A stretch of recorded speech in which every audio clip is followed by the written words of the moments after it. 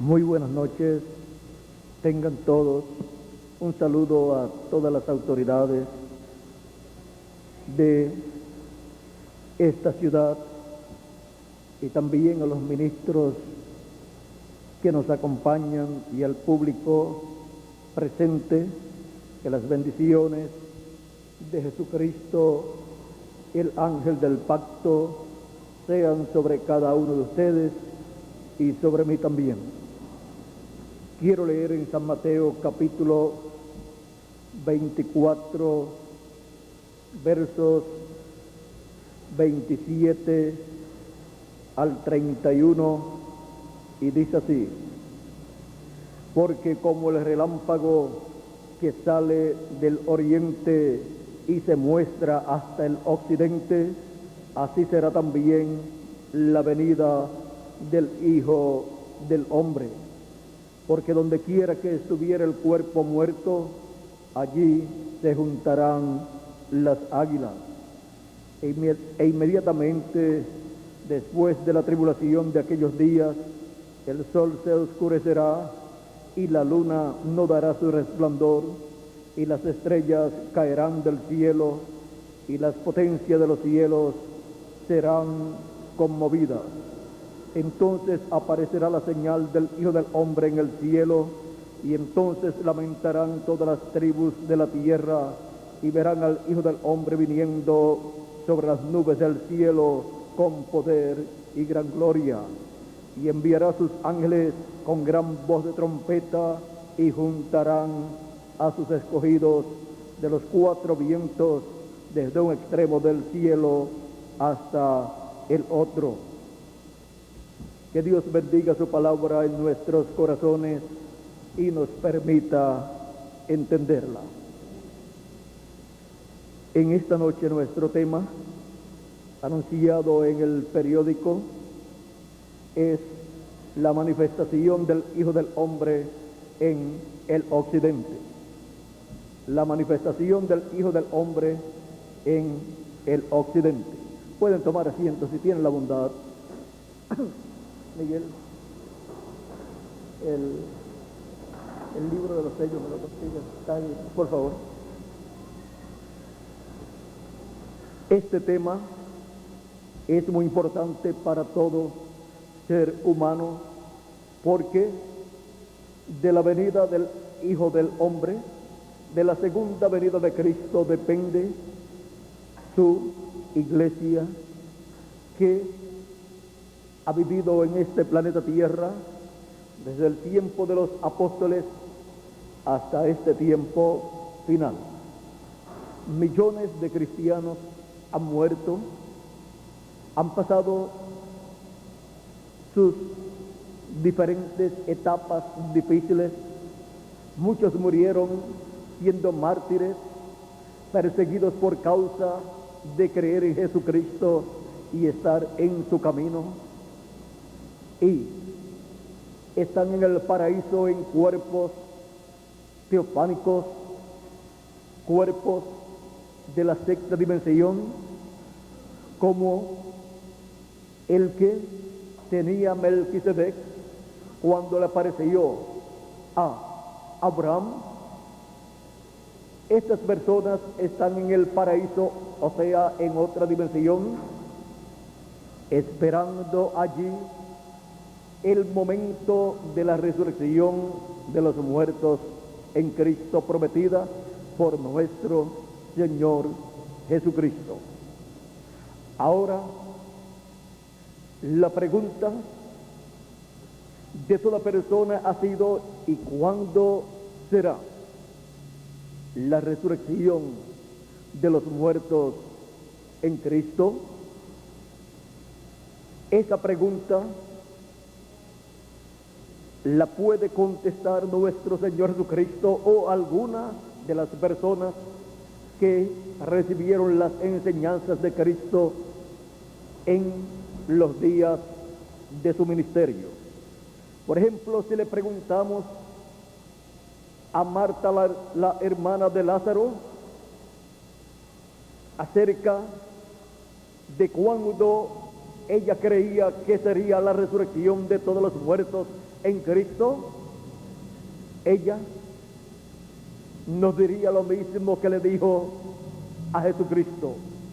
Cuando Jesucristo fue a resucitar a Lázaro, encontramos que Marta, dice capítulo 11, verso 20 en adelante de San Juan, entonces Marta, cuando halló que Jesús venía, salió a encontrarle, pero María se quedó en casa.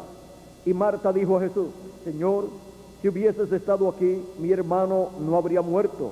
Mas también sé ahora que todo lo que pidas a Dios, Dios te lo dará. Jesús le dijo: tu hermano resucitará. Marta le dijo: yo sé que resucitará en la resurrección, en el día postrero. ¿Cuándo? Dijo Marta que ella creía que sería la resurrección y que Lázaro, su hermano, resucitaría en esa ocasión, en ese día, en el día postrero. Pero por cuanto aquí en esta ocasión Jesucristo iba a tipificar la resurrección de todos los muertos en Cristo, aquí Jesús se presentó, el Hijo del Hombre allí presente, produjo la resurrección de Lázaro como tipo y figura de la resurrección de todos los muertos en Cristo, que en el día postrero Jesucristo, el Hijo del Hombre, llamará. Ahora, por esa causa Jesús le dijo Jesús: yo soy la resurrección y la vida. El que cree en mí, aunque esté muerto, vivirá. Y todo aquel que vive y cree en mí, no morirá eternamente. ¿Crees esto? Ahora miren ustedes lo importante que es creer en nuestro Señor Jesucristo. Dice: y todo aquel que vive y cree en mí, no morirá eternamente. O sea que si se muere su cuerpo, tiene la promesa que será resucitado por nuestro Señor Jesucristo. Ahora, Jesucristo había enseñado en el capítulo 6 y verso 39 en adelante acerca de la resurrección, y dijo así, capítulo 6, verso 39 en adelante: y esta es la voluntad del Padre, el que me envió, que todo lo que me diere no pierda yo nada, sino que lo resucite en el día postrero. Y esta es la voluntad del que me ha enviado, que todo aquel que ve al Hijo y cree en él tenga vida eterna, y yo le resucitaré en el día postrero. ¿A quién resucitará en el día postrero? A todos aquellos que creen en él. Y si mueren, él los resucitará en el día postrero. Y si están vivos, pues serán transformados conforme a la promesa divina. Por eso el apóstol San Pablo habló de la resurrección de los muertos en Cristo y de la transformación de nosotros los que vivimos. Y por esa causa dijo en Primera de Tesalonicenses capítulo 4 verso 14 en adelante: porque el mismo Señor descenderá del cielo con aclamación, voz de arcángel y trompeta de Dios, y los muertos en Cristo resucitarán primero. ¿Y qué de nosotros los que vivimos? Nosotros seremos transformados y luego, juntamente con todos los muertos en Cristo ya resucitados en cuerpos eternos, y nosotros también con cuerpos eternos seremos arrebatados en las nubes, seremos raptados y estaremos con Cristo para siempre. Ahora es muy importante ver que se requiere la venida del Hijo del Hombre, porque la iglesia del Señor Jesucristo que partió, o sea que se encuentra en el paraíso, está descansando en el paraíso, depositando su fe y su esperanza en la segunda venida de Cristo para su resurrección. Pues el Señor Jesucristo en el capítulo 5, también en el verso 24 en adelante dijo: de cierto os digo, el que oye mi palabra y cree al que me envió, tiene vida eterna y no vendrá a condenación, mas ha pasado de muerte a vida. De cierto os digo, viene la hora, y ahora es cuando los muertos oirán la voz del Hijo de Dios, y los que oyeren vivirán. Porque como el Padre tiene vida en sí mismo, así también ha dado al Hijo el tener vida en sí mismo. Y también le dio autoridad de hacer juicio por cuanto es el Hijo del Hombre. No os maravilléis de esto, porque vendrá hora cuando todos los que están en los sepulcros oirán su voz, y los que hicieron lo bueno saldrán a resurrección de vida. Ahora aquí tenemos señalada la primera resurrección para todos aquellos que han creído en Él y han partido, porque el tiempo de vivir en estos cuerpos mortales se le acabó. Ellos están muy bien en el paraíso, pero tienen la promesa de ser resucitados en el día postrero. Delante del Señor, un día es como 1000 años de los nuestros, y 1000 años de los nuestros es como un día delante de Dios. Por eso es que los 7 días que aparecen en el Génesis, en el capítulo 1, son 7000 años de los nuestros. Y fue en el 7º día que Dios reposó y bendijo y santificó el 7º día. Ese 7º día fue el 7º milenio para nosotros. O sea, fue un día delante de Dios que contiene 1000 años de los nuestros. Ahora encontramos que así como la semana que nosotros utilizamos tiene 7 días, y el día último, el día postrero, es el 7º día, que es el sábado. Así también de una semana delante de Dios, el 7º día, el día postrero, es el 7º milenio, porque un día delante de Dios es como 1000 años. De Adán hacia acá ya han transcurrido 6000 años y ya hemos entrado al 7º milenio, al día postrero delante de Dios, el día que tiene la promesa para la resurrección de los muertos en Cristo y la transformación de nosotros los que vivimos. Es para ese día que Cristo ha hecho la promesa de la venida del Hijo del Hombre resplandeciendo en el occidente. La primera venida de Cristo fue en el oriente, o sea, en el Medio Oriente, allá en la tierra de Israel. Y Él ha dicho que es como el relámpago que sale del oriente, donde fue la primera venida de Cristo, allá en el Medio Oriente, y se muestra, se revela, se manifiesta en el occidente. La primera venida de Cristo, ¿quién la estaba esperando?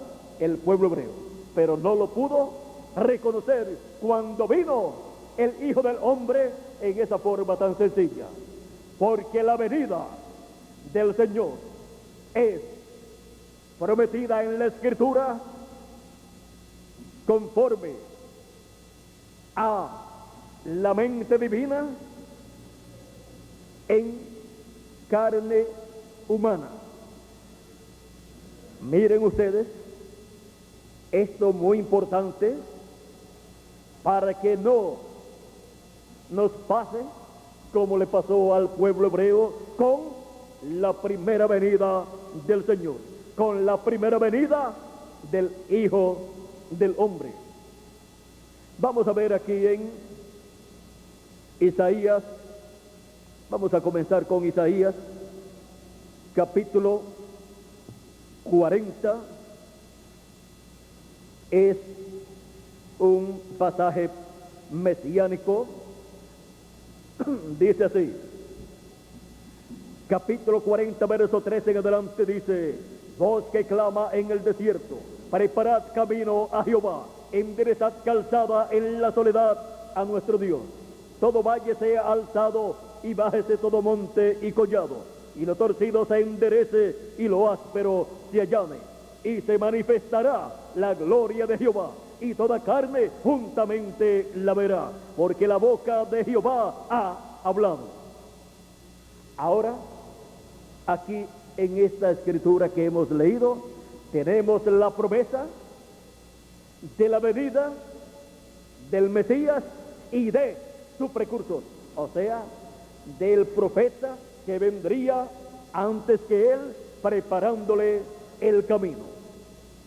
También el profeta Malaquías había hablado de la venida del Mesías y de la venida de su precursor. En el capítulo 3 de Malaquías dice: he aquí yo envío mi mensajero, el cual preparará el camino delante de mí. Y vendrá súbitamente a su templo el Señor, a quien vosotros buscáis, y el ángel del pacto, a quien deseáis vosotros. He aquí viene, ha dicho Jehová de los ejércitos. Ahora encontramos que antes de la venida del Mesías, antes de la venida del Hijo del Hombre, ¿quién vendría? Un profeta mensajero, preparándole el camino al Señor. Por eso cuando dice: voz que clama en el desierto, preparad camino a Jehová, enderezad calzada en la soledad a nuestro Dios, eso era la promesa de un profeta que vendría llamando al pueblo y anunciándole que después de él vendría el Mesías. Por eso cuando enviaron al profeta Juan el Bautista, hombre, para preguntarle: ¿quién eres tú? ¿Eres tú el Cristo? ¿Eres tú el profeta? ¿Eres tú Elías? Juan dijo: no soy. Y entonces le preguntan: ¿quién tú eres? Para que le demos la respuesta a aquellos que nos han enviado a ti. Juan dice: yo soy la voz de uno que clama en el desierto, preparad el camino del Señor. ¿Qué estaba Juan diciendo? Que él era esta escritura cumplida en carne humana. Ahora también encontramos que estaba en Malaquías capítulo 3 verso 1 y dice: y vendrá súbitamente el Señor a su templo. Luego de Juan el Bautista, luego del precursor de la primera venida de Cristo, ¿quién vendría después? No habría uno entre Juan el Bautista y Jesús de Nazaret. No habría uno entre Juan el Bautista y el Mesías, sino que después de Juan el Bautista, el próximo profeta sería el Mesías. Ahora, ¿quién era el Mesías? Dice: y vendrá súbitamente a su templo el Señor Dios Todopoderoso, que el pueblo hebreo adoraba, que el pueblo hebreo servía y que el pueblo hebreo esperaba que cumpliera la promesa de la venida del Mesías. Y el ángel del pacto, el ángel de Jehová, que guió al pueblo hebreo en toda su trayectoria, el ángel de Jehová que le había aparecido a Abraham, a Isaac y a Jacob, y el cual cuando le apareció a Moisés le dijo: yo soy el Dios de tu padre, o sea, el Dios de Abraham, padre de Moisés, y el Dios de Abraham, y el Dios de Isaac, y el Dios de Jacob. ¿Quién era el ángel del pacto, el ángel de Jehová que allí estaba?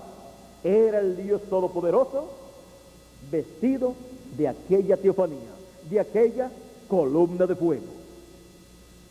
Ahora, aquí está la promesa, y vendrá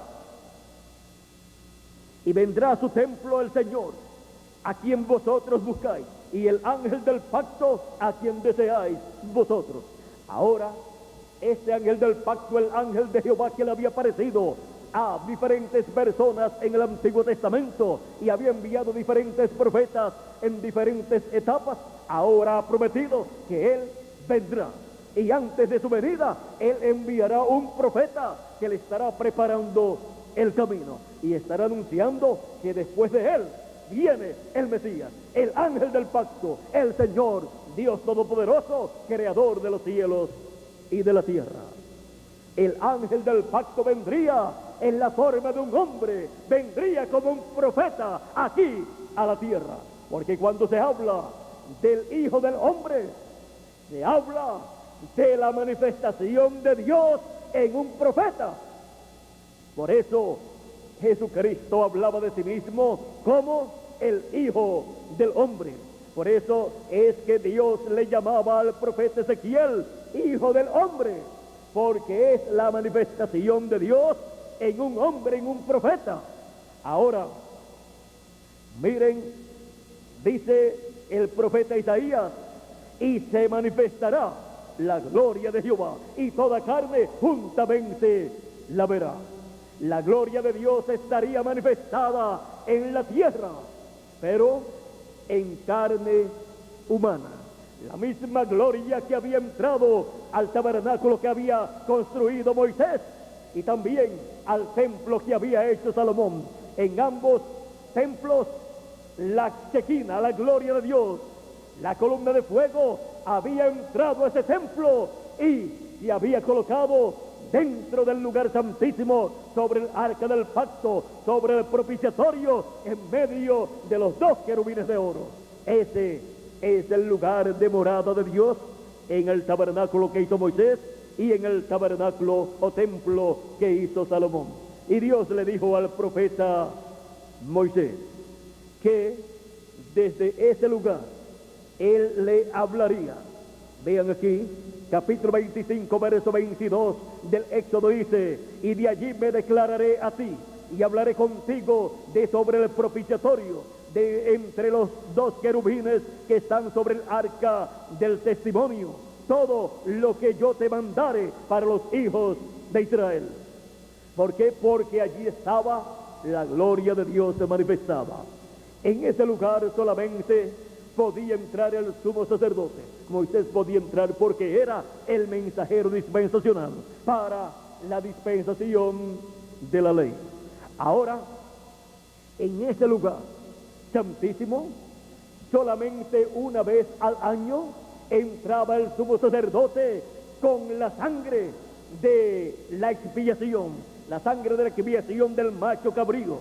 Y encontramos que ese era el lugar donde el nombre eterno de Dios, que fue dado a Moisés con 4 letras consonantes, las cuales no han podido pronunciar como un nombre los sabios y entendidos religiosos, pero el sumo sacerdote, cuando entraba una vez al año, el día de la expiación, el día 10 del mes séptimo, allí pronunciaba el nombre eterno de Dios. Ahora encontramos que eso nos muestra algo muy importante para la iglesia del Señor Jesucristo, porque es en la etapa en donde la iglesia esté en el lugar santísimo del templo espiritual de Cristo, porque la iglesia es el templo espiritual de Cristo. La iglesia, a través de las 7 etapas o edades, ha estado en el lugar santo, en donde ha tenido las 7 luces del candelero o candelabro, y cada lámpara representa una edad de la iglesia gentil, y cada luz representa al ángel mensajero encendido con el Espíritu de Dios, con la Shekinah. y luego del lugar santo donde se ha construido esa parte del templo espiritual de Cristo, porque Cristo lo que ha estado haciendo es materializando en carne humana, en seres humanos y con seres humanos, con piedras vivas, el tabernáculo que hizo Moisés y el templo que hizo Salomón. Ahora, el tercer templo es el templo espiritual de Cristo, su iglesia, la cual es construida por Cristo el renuevo con el mismo plano que Moisés y Salomón construyeron ambos templos. ¿Por qué? Porque ambos templos representan el templo de Dios que está en el cielo, y por esa causa es que Dios habitó en el templo o tabernáculo que hizo Moisés y en el templo que hizo Salomón.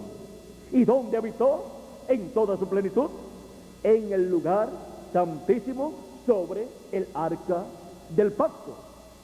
Ahora encontramos que Jesucristo ha estado construyendo un templo espiritual en la misma forma en que Moisés y Salomón construyeron sus templos, los cuales eran tipo y figura del templo que está en el cielo, y eran también tipo y figura del templo espiritual de Jesucristo, o sea, de la iglesia del Señor Jesucristo. Hemos tenido 7 etapas o edades de la iglesia gentil, en donde Jesucristo, en Espíritu Santo, ha estado caminando en medio de su iglesia. Y cuando termina esas 7 etapas, pasa al lugar santísimo de su templo espiritual. Pero Él tiene que construir ese lugar santísimo, así como construyó el lugar santo con seres humanos, con piedras vivas, porque somos su templo espiritual. San Pablo decía: ¿no sabéis que sois templo del Espíritu Santo? ¿No saben ustedes que el Espíritu de Dios mora en ustedes?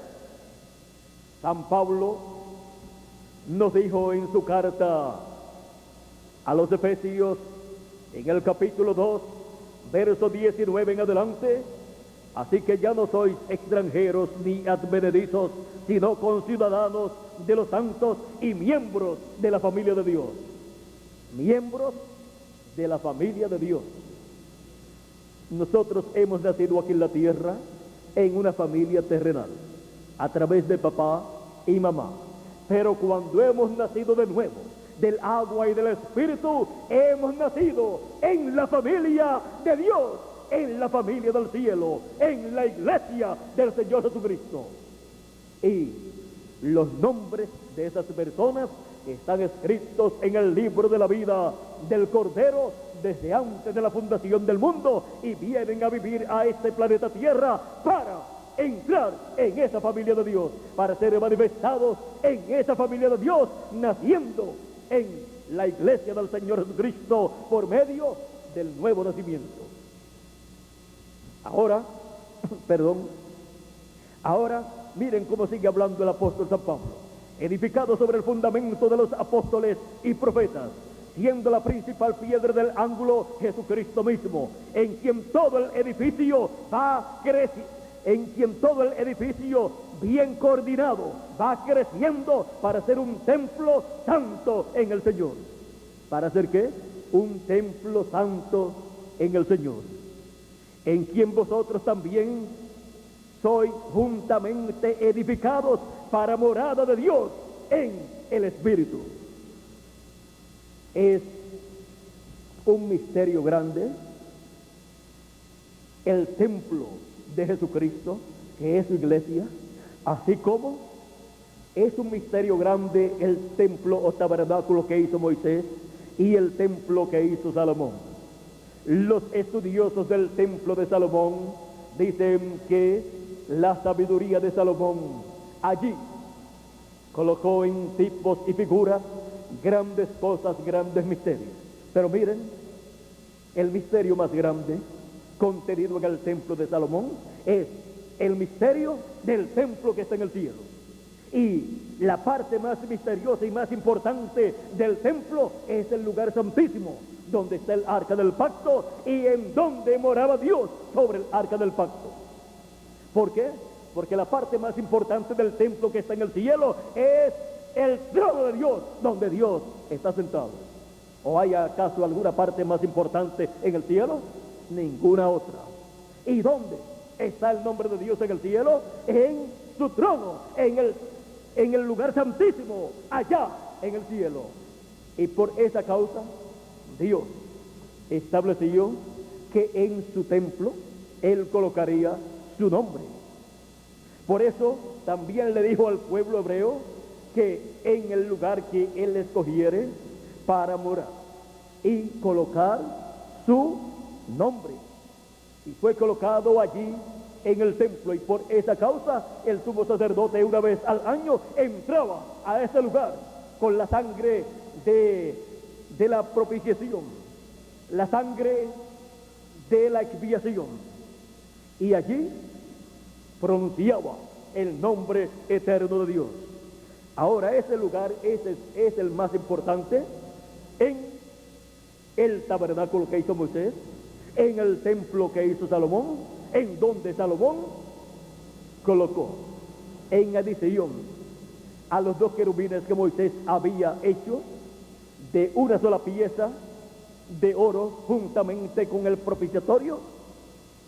En adición a eso, Salomón colocó un querubín gigante a un lado y un querubín gigante al otro lado con sus alas extendidas. Una tocaba la pared y el del otro querubín tocaba la pared también. Y luego la ala o el ala izquierda de este querubín llegaba hasta el centro y el ala del otro querubín llegaba hasta el centro, y ahí se encontraban. Y en medio de las alas de los querubines fue colocado el arca del pacto, en donde moraba Dios sobre el propiciatorio. Cuando Salomón dedicó el templo, entró la columna de fuego, la chequina, esa nube divina, pasó por el templo, entró por el atrio, lugar santo, y pasó al lugar santísimo donde moró. Hemos visto cómo Dios ha estado con el pueblo hebreo, luego ha pasado a través de las edades de la iglesia gentil por el lugar santo de su templo espiritual, y ahora en el fin del tiempo le toca el lugar santísimo para ser construido con seres humanos, para llamar un pueblo para su nombre, para formar parte del lugar santísimo de su templo espiritual, así como llamó un pueblo para su nombre en las 7 edades de la iglesia gentil, y los colocó en el lugar santo de su templo espiritual. Pero lo más grande está en el lugar santísimo de su templo espiritual, donde era pronunciado el nombre eterno de Dios, allá en el templo que hizo Moisés y el que hizo Salomón. Y ahora tenemos la promesa de que el nombre eterno de Dios, que es el nombre nuevo del Señor Jesucristo y eterno, será revelado a todos los hijos de Dios. Pero ¿dónde estaba y dónde era hablado, dónde era revelado? En el lugar santísimo del tabernáculo que hizo Moisés y del templo que hizo Salomón. Eso nos muestra que ese gran misterio del nombre eterno de Dios es para el lugar santísimo del templo espiritual de Cristo en el fin del tiempo, en la venida del Hijo del Hombre.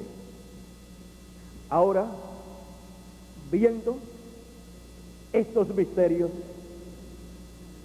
y viendo que todo lo que Dios ha hecho primero fue hablado y también fue mostrado en tipos y figuras allá en el templo tabernáculo que hizo Moisés y el que hizo Salomón, porque Dios dice en Amós capítulo 13 verso 7, porque no hará nada Jehová el Señor sin que revele antes sus secretos a sus siervos, los profetas.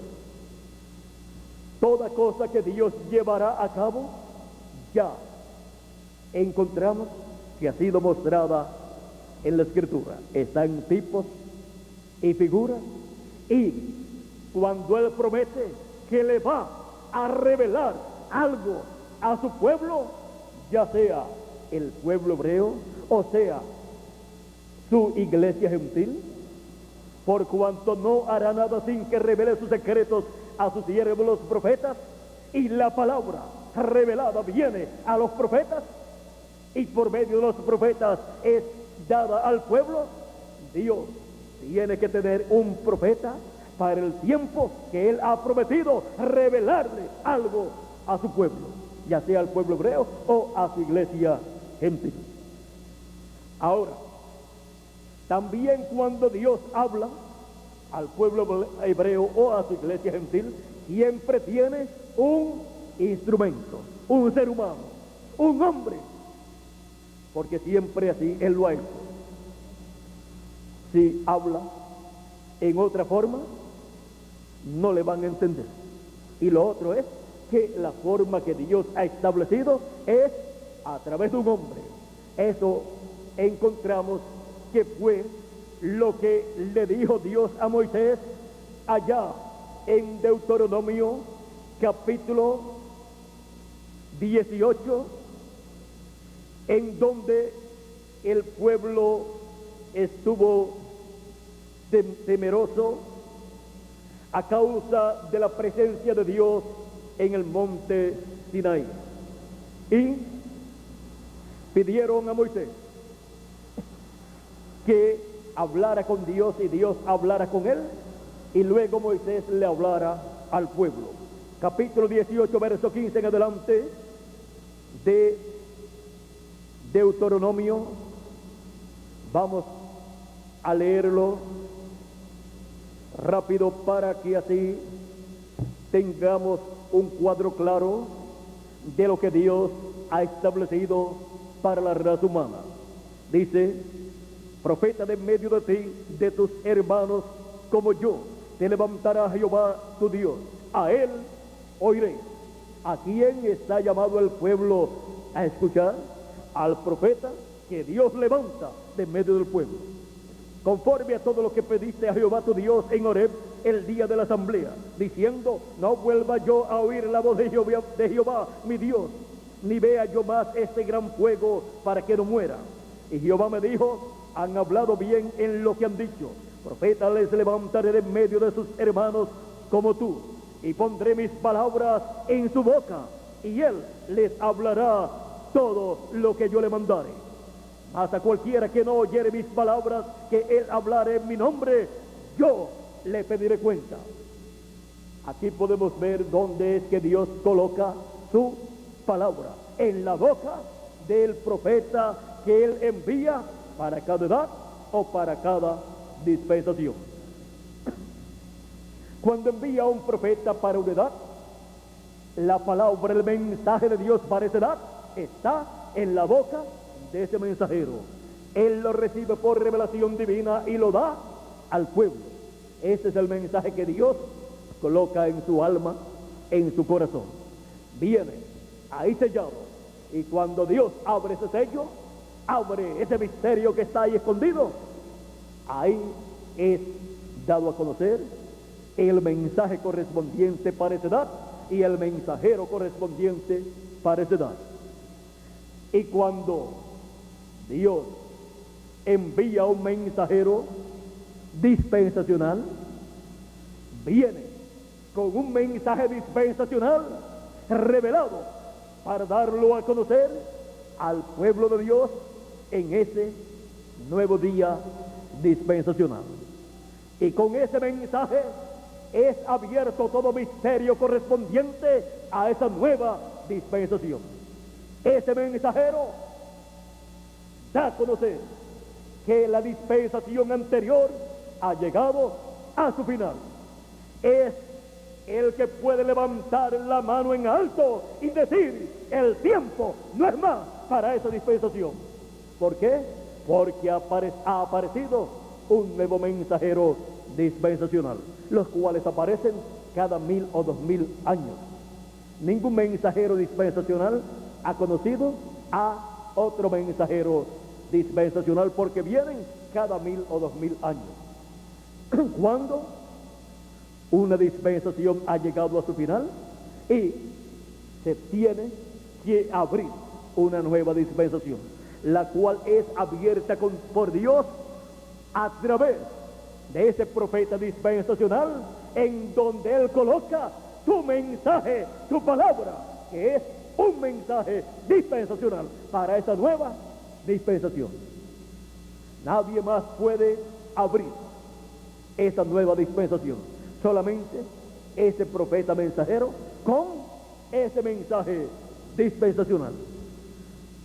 Encontramos que cuando se entrelazan dos dispensaciones, hay grandes problemas, hay grandes luchas, y muchas personas malentienden a ese profeta dispensacional que aparece en la escena. Encontramos, por ejemplo, a Noé. Noé es un profeta dispensacional.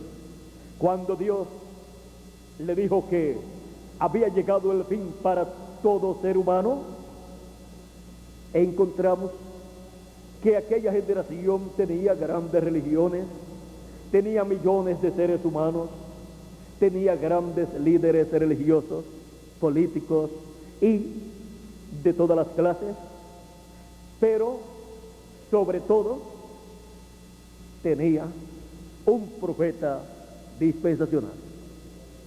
Y Jesucristo, hablando de la venida del Hijo del Hombre para el fin del tiempo, dice que la venida del Hijo del Hombre será como en los días de Noé, que no conocieron. ¿Qué no conocieron? No conocieron que había llegado el fin de aquella generación y que sobre la tierra Dios tenía un profeta dispensacional. Y ese hombre era el que tenía la revelación divina, el conocimiento divino de todas las cosas que debían suceder para aquel tiempo. Pero las cosas que él le estaba dando a conocer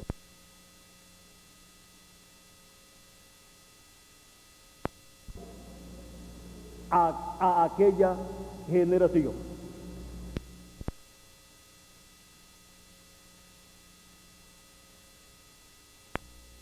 pues eso era lo que Dios le había dicho.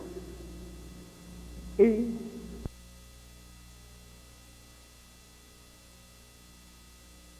dijo, y saben ustedes una cosa, que en aquel tiempo no llovía, así que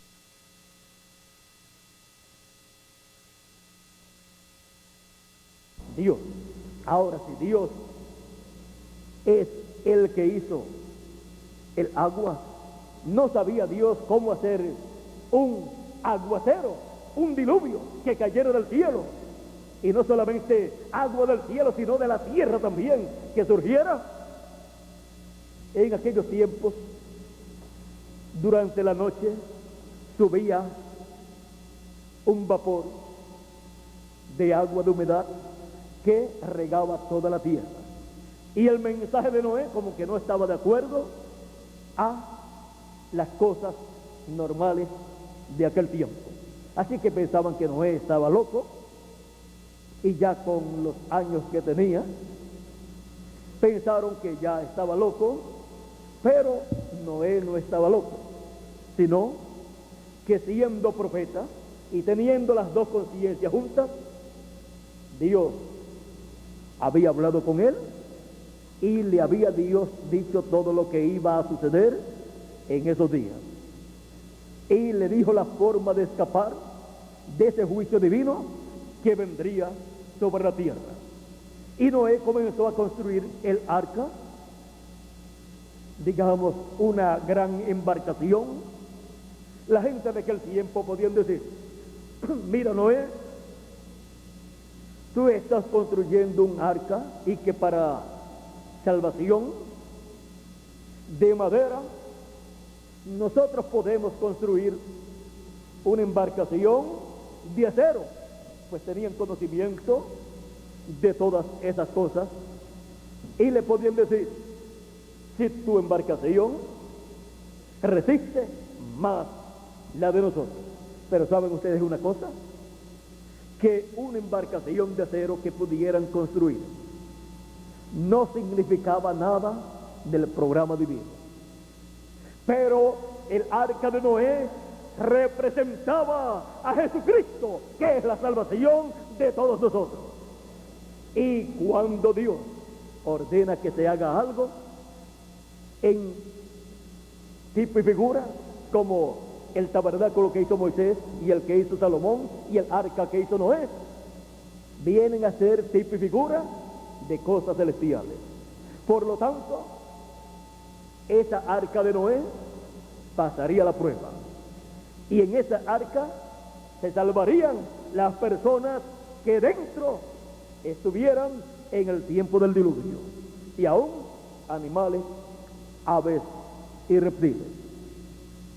Ahora aquella generación, dice Jesús, no conocía el programa divino correspondiente a aquel tiempo. Y dice ahí, vino el diluvio y se los llevó a todos, excepto Noé y su familia y los animales que entraron al arca, porque los que conocieron escaparon del juicio divino. Los que no conocieron el programa de Dios perecieron en el diluvio. Y cuando ya vieron el diluvio que vino, que comenzó a llover, entonces podían tocar a la puerta del arca: Noé, Noé, ábrenos, es verdad, tú tenías razón. Pero dice la Escritura que Jehová había cerrado la puerta. También Jesucristo habló del reino de los cielos y dijo que era como 10 vírgenes, 5 prudentes y 5 fatuas. Dice que las fatuas y las prudentes despertaron, y las fatuas no tenían aceite en sus lámparas. Le pidieron a las prudentes, pero las prudentes dijeron: id a los que venden y compren para ustedes, para que ni les falte a ustedes ni a nosotros tampoco. Eso fue cuando el clamor de medianoche, he aquí el esposo viene, fue escuchado, y fueron a comprar. Cuando regresaron no dice si encontraron aceite o no. Lo que dice la Escritura es que cuando regresaron, la puerta estaba cerrada. Las que estaban preparadas entraron con el esposo a las bodas, y se cerró la puerta. Se cerró la puerta así como se cerró la puerta del arca. Y vinieron las vírgenes fatuas a tocar: Señor, Señor, ábrenos. Y él dijo: de cierto os digo que no os conozco, no sé de dónde ustedes son.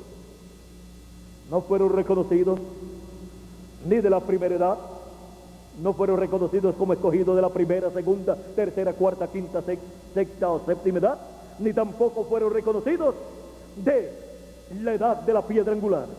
No fueron reconocidos ni del lugar santo, ni del lugar santísimo tampoco. Ahora, es muy importante estar preparado. Es muy importante entender, conocer las cosas que deben suceder en nuestro tiempo, para no ser unos ignorantes como la gente que vivió en el tiempo de Noé, que tenían mucha cultura, mucha ciencia, mucha sabiduría humana, pero no tenían el conocimiento divino del programa de Dios correspondiente a aquel tiempo. Y los animales y aves y reptiles que entraron con Noé al arca tenían más entendimiento del programa de Dios que la gente de aquel tiempo, que no entendió y pereció en el diluvio. Ahora, Dios es muy paciente. En el tiempo de Noé, Dios le dijo: de aquí a 120 años, porque estos serán los días que serían los días que Dios le daría al ser humano desde que le apareció a Noé hasta que vendría el diluvio. Y ese fue el tiempo que Noé tomó para la construcción del arca. Y la paciencia de Dios había sido extendida. Mientras se preparaba Noé y su familia y construía el arca para escapar del juicio divino. Aunque aquella generación se merecía el juicio divino. Desde el momento en que Dios le habló a Noé, Dios esperó 120 años por amor a Noé y a su familia y a los animales que entrarían al arca. Fue la paciencia de Dios extendida. Ahora Dios nos habla por medio del precursor de la segunda venida de Cristo, de la paciencia de Dios extendida. Y para que nosotros podamos ver cuándo y dónde es que la paciencia de Dios es extendida y dónde es que rechazan, desprecian la misericordia de Dios por última vez, vamos al libro de los sellos del precursor de la segunda venida de Cristo, en la página 369, donde dice de la siguiente manera: ya pronto será el tiempo para que acontezca todo esto del sexto sello, y cuando eso suceda será el fin, y en esa hora la novia ya habrá subido, la reina ya estará en su lugar. Mientras esto sucede sobre la tierra, ella estará allá celebrando las bodas con el rey. Entonces el remanente de Israel es sellado y listo para subir. Y en ese tiempo comienzan a estremecerse las fuerzas de la naturaleza. ¡Qué tiempo! Ahora fijémonos en los últimos 2 versos de Apocalipsis capítulo 6. O sea, lo que sucederá con los que hicieron mofa y se rieron de la predicación de la palabra del Dios viviente. Esos profetas estarán allí y harán toda clase de milagros y oscurecerán el sol y todas esas cosas a través de ese tiempo. Luego aquellos clamarán a las piedras y a los montes que los escondan de la misma palabra de la cual antes se habían burlado, porque ahora lo podían ver que venía. Decían: escondednos de la ira del Cordero, Él es la palabra. Ellos se habían burlado de la palabra y ahora allí estaba la palabra encarnada. ¿Dónde es que la palabra viene encarnada? En el ministerio final, que es el ministerio de Moisés por segunda vez y de Elías por quinta vez, que es el ministerio de los 2 olivos. Ellos se habían mofado grandemente de esos profetas, pero ahora había venido la palabra encarnada. ¿Por qué no se arrepintieron? No pudieron, ya era demasiado de tarde, y ellos conocían muy bien el castigo que les esperaba. Habían oído todo eso, y ellos habían estado en cultos como este, y habían escuchado todas esas cosas. Ellos sabían que estaban encarando las mismas cosas que esos profetas habían predicho, pero lo habían rechazado, despreciaron la misericordia de Dios por última vez. La misericordia de Dios por última vez. Cuando uno desprecia la misericordia de Dios, lo único que le queda es el juicio.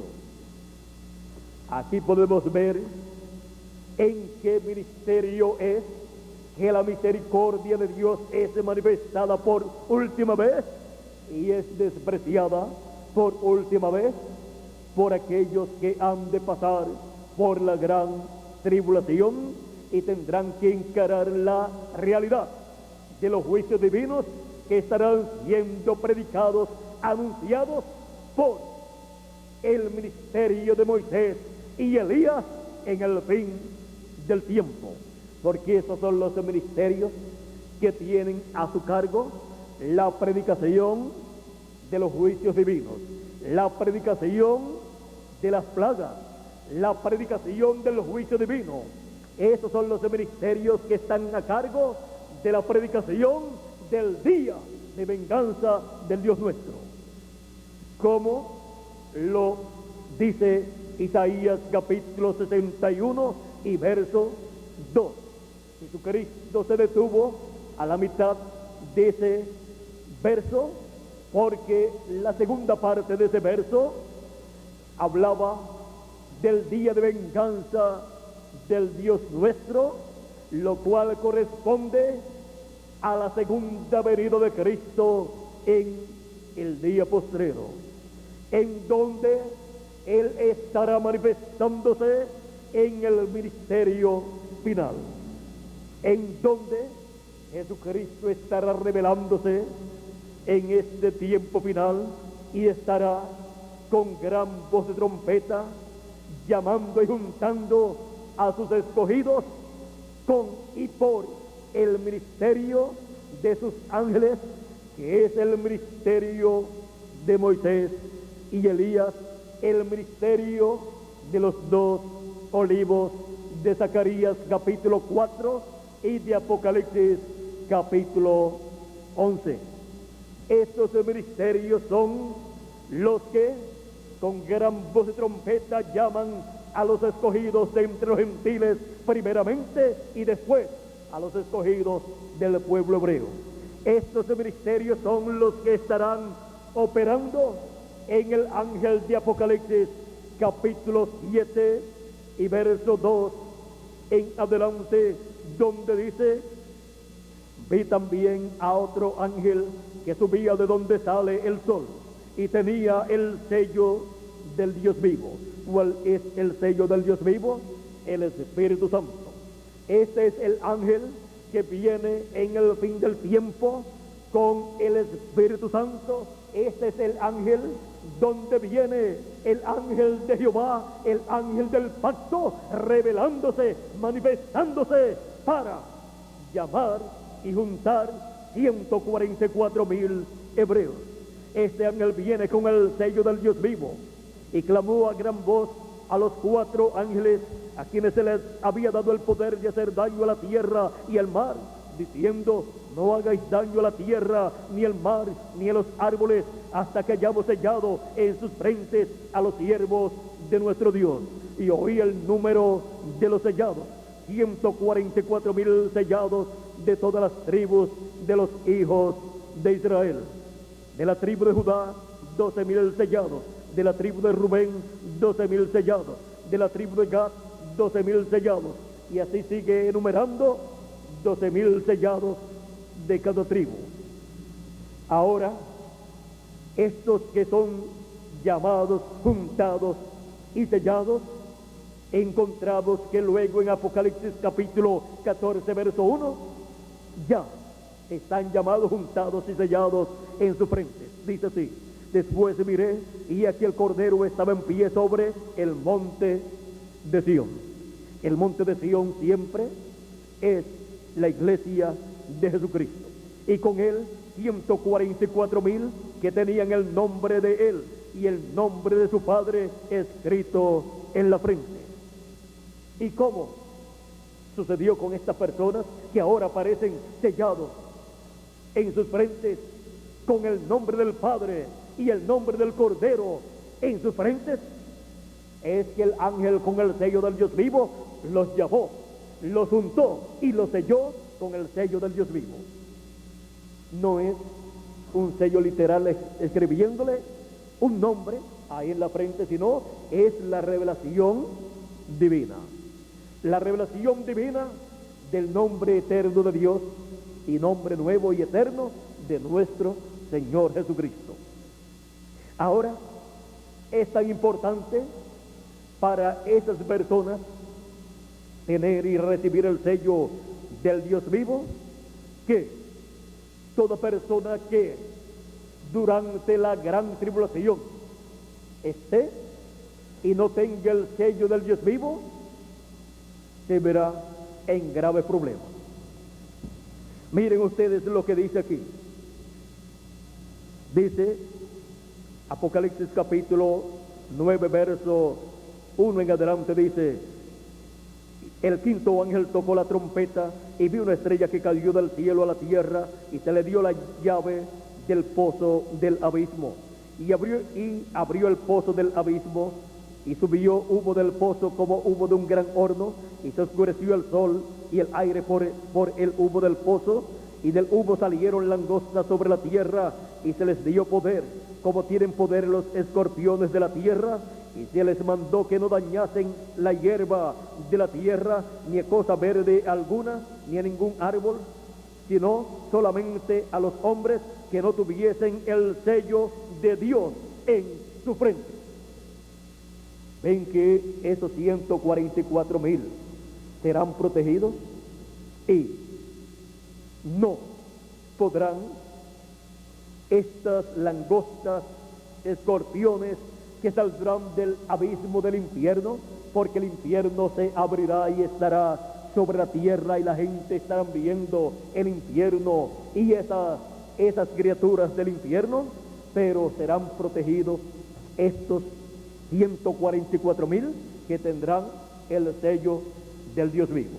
Y la iglesia del Señor Jesucristo, los escogidos, ya estarán raptados y estarán con Cristo en la cena de las bodas del Cordero, que son el otro grupo que tiene el sello del Dios vivo y se van antes de la gran tribulación. Ahora, es tan importante conocer todas estas cosas que deben suceder pronto, porque son las cosas que corresponden a este tiempo final. Jesucristo en Apocalipsis capítulo 4, verso 1 nos dice: después de esto miré, y aquí una puerta abierta en el cielo, y la primera voz que oí, como de trompeta, hablando conmigo, dijo: sube acá, y yo te mostraré las cosas que sucederán después de estas. Las cosas que sucederán después de las que ya han sucedido en las 7 edades de la iglesia gentil. Las cosas que sucederán después de las que ya han sucedido en la etapa del lugar santo, del templo espiritual de Cristo. Estas cosas son las que sucederán durante la etapa o edad del lugar santísimo del templo espiritual de Jesucristo. Sí, estas cosas que deben suceder, si tenían que ser dadas a conocer en la tercera edad, entonces las daría a conocer en el tiempo de la tercera edad por medio del mensajero de la tercera edad. Pero son las cosas que sucederán después de las 7 edades de la iglesia gentil. Por lo tanto, son dadas a conocer por medio del ministerio que Dios ha prometido enviar después del ministerio de los 7 ángeles mensajeros de las 7 edades de la iglesia gentil. Y es que hay otro ministerio para después de los 7 ministerios de los 7 ángeles de la iglesia del Señor Jesucristo. Sí, y un ministerio doble. Son los ministerios de Moisés por segunda vez y de Elías por quinta vez. Son los ministerios de los 2 olivos y de los 2 candeleros de oro de Apocalipsis capítulo 11, verso 3 en adelante, y Apocalipsis capítulo 7, verso 2 en adelante también. Estos son los ministerios del fin del tiempo, fin del siglo y fin del mundo. Estos son los ministerios de los cuales Jesucristo dijo: y enviará sus ángeles con gran voz de trompeta y juntarán a sus escogidos. Estos son los ministerios a través de los cuales Jesucristo dará a conocer estas cosas que deben suceder después de las que ya han sucedido en las 7 edades de la iglesia gentil. Por lo tanto, estas son las cosas que están escondidas en el lugar santísimo del templo espiritual de Cristo. Y es para ese tiempo en que Cristo le dará del maná escondido. ¿Dónde estaba escondido el maná? En el tabernáculo que hizo Moisés y el templo que hizo Salomón, en el lugar santísimo. en una urna de oro dentro del arca del pacto. Para comer de ese maná escondido, nadie lo podía hacer a menos que entrara al lugar santísimo. Y solamente se podía entrar al lugar santísimo una vez al año, y tenía que ser el sumo sacerdote. Ahora, ¿cómo podremos entonces entrar al lugar santísimo del templo espiritual de Cristo? Ya que era el sumo sacerdote el único que lo podía hacer.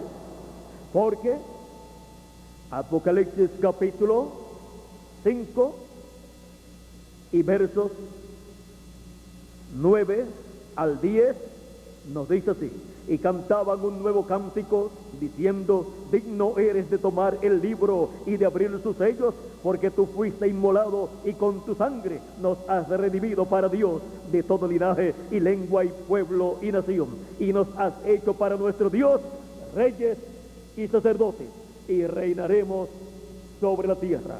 Por cuanto somos reyes y sacerdotes según el orden de Melquisedec, podemos entrar al lugar santísimo del templo espiritual de Cristo en este tiempo final, en la edad del lugar santísimo, para, en la presencia de Cristo en el lugar santísimo, recibir la fe para ser transformados y raptados. Así como el maná no se corrompía estando en el lugar santísimo, tenemos la promesa de que Cristo tendrá en su iglesia un pueblo que no verá corrupción, o sea que no verá muerte, sino que será transformado y raptado. Y para eso Él llama y junta a sus escogidos en la edad del lugar santísimo de su templo espiritual, en la edad de la piedra angular. Por eso Cristo, miren ustedes, estuvo caminando en medio de su iglesia, subiendo de edad en edad, y cuando subía a una edad llamaba a los escogidos de esa edad. Luego subía a otra edad y llamaba a los escogidos a esa otra nueva edad. Lo hacía por medio del mensajero de esa edad. Y así hasta llegar al fin del tiempo, cuando han terminado las 7 edades y solamente está y queda la edad de la piedra angular, la edad del amor divino, la edad en donde Cristo llama a su iglesia a subir más arriba, en donde le dará a conocer todas las cosas que deben suceder pronto, y en donde su iglesia estará escuchando la voz de Cristo en y desde el lugar santísimo como una gran voz de trompeta en el día del Señor, como Juan el apóstol la escuchó en Apocalipsis capítulo 1 verso 10. Y esa voz le dijo así: veamos, yo estaba en el Espíritu en el día del Señor, y oí detrás de mí una gran voz como de trompeta que decía: yo soy el Alfa y el Omega, el primero y el último. ¿Quién es el Alfa y el Omega? El primero y el último, nuestro amado Señor Jesucristo. Su voz como una gran voz de trompeta en el día del Señor. Para el pueblo hebreo, el día del Señor, en cuanto a los días de la semana, es el sábado, el séptimo día. Y en el término profético, el día del Señor es el séptimo milenio. Así como el día sábado o séptimo día era el día postrero de la semana y era el día de descanso. Era el Hijo del Hombre, Señor del sábado, Señor del séptimo día. Y ahora eso es figura también de que Cristo, el Hijo del Hombre, es Señor del séptimo milenio. Y por esa causa, en algún tiempo del séptimo milenio, estará sobre la tierra el glorioso reino milenial. Ahora también tenemos la promesa de que estarán los muertos en Cristo resucitados en el día postrero, en el día del Señor, en donde escucharán esa gran voz como de trompeta, dando a conocer las cosas que deben suceder pronto. Y ahora pasamos a Apocalipsis capítulo 22 y verso 6 para ir finalizando ya. Dice así: y me dijo, estas palabras son fieles y verdaderas, y el Señor, el Dios de los espíritus de los profetas, ha enviado su ángel para mostrar a sus siervos las cosas que deben suceder pronto. ¿A quién envía? Para dar a conocer las cosas que deben suceder pronto, las cuales Cristo dijo que Él daría a conocer. Envía a su ángel porque siempre ha usado un hombre, y ese ángel es un profeta, el último profeta que Dios ha prometido enviar a la tierra. ¿Qué dijo el séptimo ángel mensajero acerca del ángel del Señor Jesucristo? La página 326 al final dice: Moisés era la misma persona. Hallamos lo mismo en Apocalipsis capítulo 22 verso 8. ¿Y qué hallamos en Apocalipsis capítulo 22 verso 8? Y dice que será Moisés, que será Moisés la misma persona, y hallamos lo mismo en Apocalipsis 22 verso 8. Vamos a leer y ahí veremos quién es Moisés. Yo, Juan, soy el que oyó y vio estas cosas, y después que las hube oído y visto, me postré para adorar a los pies del ángel que me mostraba estas cosas. Y él me dijo: mira, no lo hagas, porque yo soy consiervo tuyo, de tus hermanos los profetas y de los que guardan las palabras de este libro. Adora a Dios. Aquí, miren quién es Moisés. Moisés es Apocalipsis capítulo 22, verso 8. Moisés es el ángel del Señor Jesucristo. Es el último profeta mensajero, con el ministerio de Moisés por segunda vez, y con el ministerio de Elías por quinta vez. Por eso en la página 34 y 35 del mensaje, el rapto, nos muestra el séptimo ángel mensajero que por medio de Moisés y Elías es que Cristo se estará revelando al pueblo hebreo, se estará dando a conocer. Por eso es que la Escritura dice que el Hijo del Hombre vendrá con sus ángeles, y sus ángeles son los ministerios de Moisés y de Elías. Y cuando él mostró en el monte de la transfiguración la venida del Hijo del Hombre, aparecieron Moisés y Elías, uno a cada lado, y su rostro, el de Cristo, resplandeció como el sol, porque viene como Rey de reyes y Señor de señores. El sol es el astro rey, y por eso es tomado para representar, simbolizar a Cristo en su venida como rey. Como también el león es el rey de los animales, y es tomado como símbolo de la segunda venida de Cristo, como el león de la tribu de Judá, como Rey de reyes y Señor de señores. Ahora Cristo confirma nuevamente en Apocalipsis capítulo 22 verso 16 que Él envía a su ángel, y dice así: yo, Jesús, he enviado mi ángel para daros testimonio de estas cosas en las iglesias. ¿A quién envía para dar testimonio de estas cosas que deben suceder pronto, de estas cosas que deben suceder después de las 7 etapas o edades de la iglesia gentil? A su ángel mensajero, con el doble ministerio de Moisés y de Elías.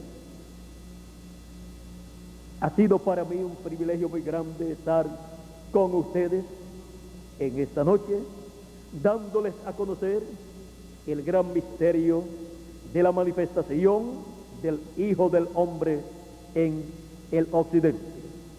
Misterio que está en la Escritura y prometido para ser manifestado y revelado en este tiempo final. La manifestación del Hijo del Hombre en el occidente, porque es la iglesia del Señor Jesucristo la que está esperando la segunda venida de Cristo. El pueblo hebreo todavía está esperando la primera venida, porque no sabe que ya vino 2000 años atrás y el Hijo del Hombre era Jesús de Nazaret, aquel joven carpintero. Que Dios les continúe bendiciendo a todos, que Dios les guarde y que todos ustedes, amigos y hermanos presentes, se agarren bien de la misericordia divina, para que así escapemos de estos juicios divinos que han de venir sobre la tierra. Como dice San Lucas, capítulo 21 y verso 36, para concluir. Velad, pues, en todo tiempo, orando, que seáis tenidos por dignos de escapar de estas cosas que vendrán y de estar en pie delante del Hijo del Hombre. Que Dios les bendiga, que Dios les guarde, que Jesucristo, el ángel del pacto, les bendiga y materialice en ustedes que han creído todas estas bendiciones divinas. Y pronto todos sean transformados, y yo también, y nos vayamos en el rapto con Jesucristo a la cena de las bodas del Cordero. Dejo con nosotros nuevamente a Miguel Bermúdez Marín para continuar y finalizar en esta noche esta parte nuestra en esta ciudad, Santo Domingo de los Colorados, aquí en el Ecuador. Dios les bendiga y les guarde a todos y pasen todos muy buenas noches.